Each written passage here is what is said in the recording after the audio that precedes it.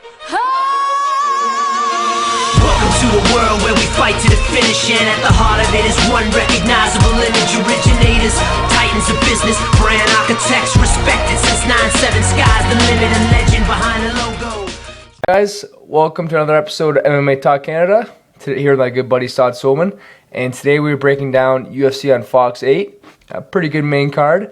We got a Canadian Rory McDonald and Jake Ellenberger fighting, and we got the flyweight title fight, Demetrius Johnson and John Moraga, and then we got Liz Carmouche and Jessica Andrade, and another good striker match with Lawler and Volker. Saad, what do you think of the main card? It's not too bad. Yeah, it's a pretty steady card. Obviously, most of the promotion is built around the flyweight title fight, Demetrius Mighty Mouse Johnson versus John Moraga, and the co-main event, which you got Rory Aries McDonald versus Jake the Juggernaut Ellenberger. Those are obviously the two fights that most people want to see, but don't count out the women's fight as well as the Robbie Lawler fight, because those guys throw leather. Yeah, Graham. Great main card, and also the preliminary card's great. Got some great fights in there. We got Danny Castillo and Tim Means, Danzig and Gallard. Some great fights in the preliminary card. So we'll get started with the first fight on the main card on Fox. We got Liz Carmouche and Jessica Andrade. Jessica Andrade, a UFC newcomer, pretty well-rounded fighter. She got a 9-2 record, good mix between submissions and TKO wins. And then we all know Liz Carmouche fighting for the first UFC bantamweight title for the ladies. Almost pulling off the win with the submission, but couldn't get it done. So she's probably in the top 3 in the division, I'd say. Asad? She's up there. She came close to actually beating Ronda Rousey when she had the neck cramp on her, and I think a lot of people saw that and saw the potential in there, because you know what? The women's fighters were relatively unknown until that title fight came about. I know some of the hardcores have been following the sport for a long time, so they're familiar with Liz Carmouche, they're familiar with some of the other women's fighters. For example, Julie Kedzie, who's fighting on the undercard. She's an amazing fighter. Like, some of the hardcores know that, but other people don't.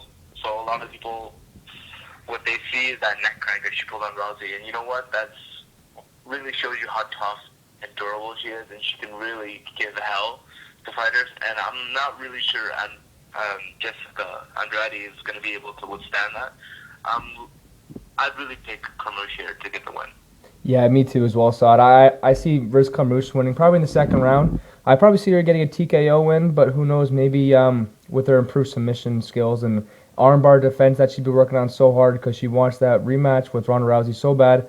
Who knows, we might see a submission win, but I'm seeing maybe a late TKO win here for Liz Carmouche. Right, so the second fight we got Robbie Lawler and Bobby Volker. Bobby Volker stepping in for Sahar Buhadrzada. I think that would have been a great fight, striker versus striker. But Bobby Volker, another great striker as well. He has big wins over Roger Bowling. They actually had a little trilogy bout, and Bobby Volker came out 2-1 in that trilogy. So congrats to him anyways. But I see this fight being pretty decent. It's another one of those fights where it can go either way. But I'm probably going to go with Robbie Lawler here. He's got a lot more experience. He's been in a lot bigger fights, and he's faced a lot tougher competition. I see Robbie Lawler probably getting a decision win here. Saad, how do you see this fight going down? Whenever you take a fight at short notice, you're automatically considered an underdog.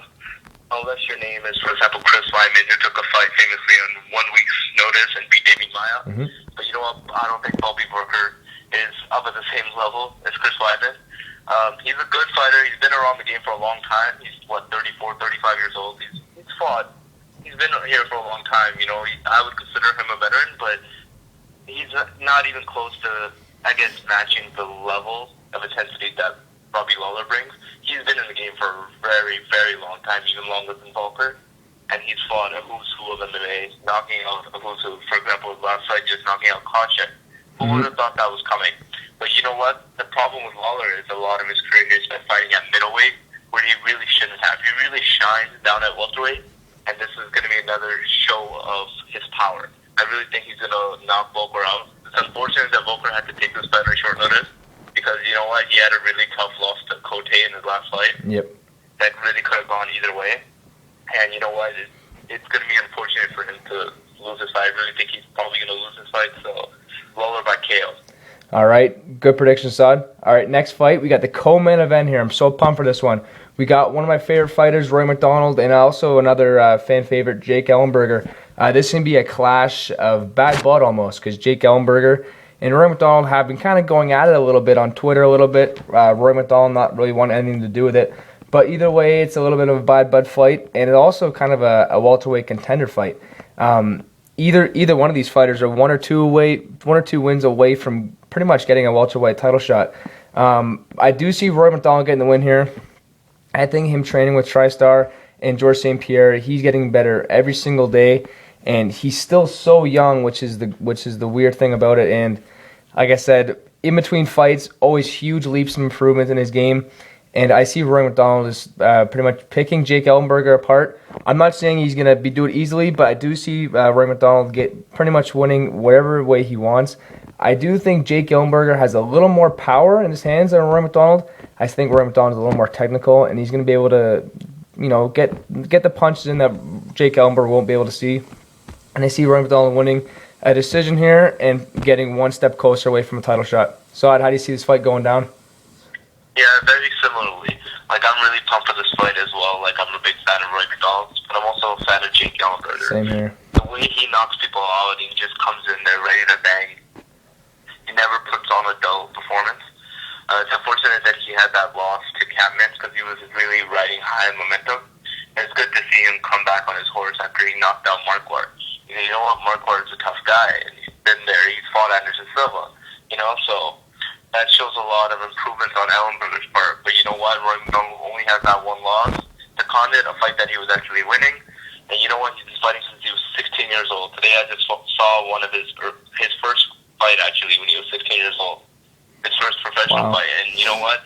He shows so much improvement. And you know what? He's a tough wrestler. He's got such a well-rounded game. He's that new breed of mixed martial artist who's actually a mixed martial artist who doesn't come from just one particular base. And that's there's a lot of intrigue about Roy McDonald because of that. And at the same time, it's because of his that dry personality. A lot of people call him the Canadian psycho. And yes. You know what? He doesn't mind that. He's going to I think he's going to pick Ellenberger apart. He's just so gifted naturally, and at the same time, he's so disciplined. Like, he really loves to do this. And he's going to go out there and put on a clinical performance here. Yeah, I think he's going to get the win. I cannot wait for this fight. I've been looking forward to this fight for a long time. Any one of Roy McDonald's fights, I always look forward to because, like I said, every single fight is just huge leaps of improvement. So we're going to get into the main event now for the UFC flyweight title of the world. We got Demetrius Johnson versus John Moraga. And this is a pretty good fight for a headliner on Fox. Could be a little better, but I'm not really complaining because it's free. I do see Demetrius Johnson getting the win here. I think Demetrius Johnson's faced better fighters, and I think he'll be able to pick apart Moraga any way he wants. Moraga does have good wins over Chris Carriazo and usually Gomez, but I still don't think that John Moraga has a tool set to beat Demetrius Johnson yet. Maybe one day in the future, but not right now. I think Demetrius Johnson's the man. Only guy in the division to beat who I think can beat Demetrius Johnson is Joseph Benavidez. And hopefully we see that fight down the line soon. But I do see Demetrius Johnson winning this fight. Unfortunately, by decision. I don't see Demetrius winning any of his fights by stoppage. Hopefully we see that soon, but I got Demetrius Johnson by decision. Saad, how do you see this fight main event going down? John Moraga reminds me of that Drake song, Started from the Bottom, Now I'm Here. Because you know what? He came straight from the Facebook prelims to fighting in the main event of a Fox card. For a title. That's a big leap. And a lot of people don't know about John Moraga. You know what? He has a loss. And you know who it was to? John Dodson. And Demetrius just beat him in a very, very close decision. John Moraga is a tough fighter who, you can say he goes out on his shield. He looks for the knockout or the submission. He's looking for the finish regardless. So if he were to win, he's gonna have to finish Johnson, because Johnson has shown that he can weather the storm and go the distance. Decision. Very Frankie Edgar, Ben Henderson style-esque. Doing enough to get the judge's nod. Because you know what? He doesn't pack the power, but he packs that speed. He can run circles around you, and that's where he gets his name, Mighty Mouse. And that's really going to show in this fight. but at the same time, Moraga's a tough out for anyone. He hits so hard. And you know what? I'm actually going to go out on a limb here and pick Moraga. Wow. Just because I'm confident in what he can do. I'm going to pick him. Wow, that's cool. Yeah. Hey, you never know. We've seen underdogs before. We've seen Chris Weidman beat Anderson Silva. So who knows? We might see a series of upsets in the events to come. But there you guys have it. There's our predictions for UFC at Fox 8. We'll be back with our predictions for UFC 163. Jose Aldo versus Korean Zombie. That should be a great card. Got some great fights on there. So, Saad, want to close anything out? Saying to the fans to watch, listen to our podcast. Well, definitely check us out. We'll be back with more and more podcasts coming in the near future. Definitely enjoy the fights this Saturday. All right, guys. When are you guys looking for the best UFC?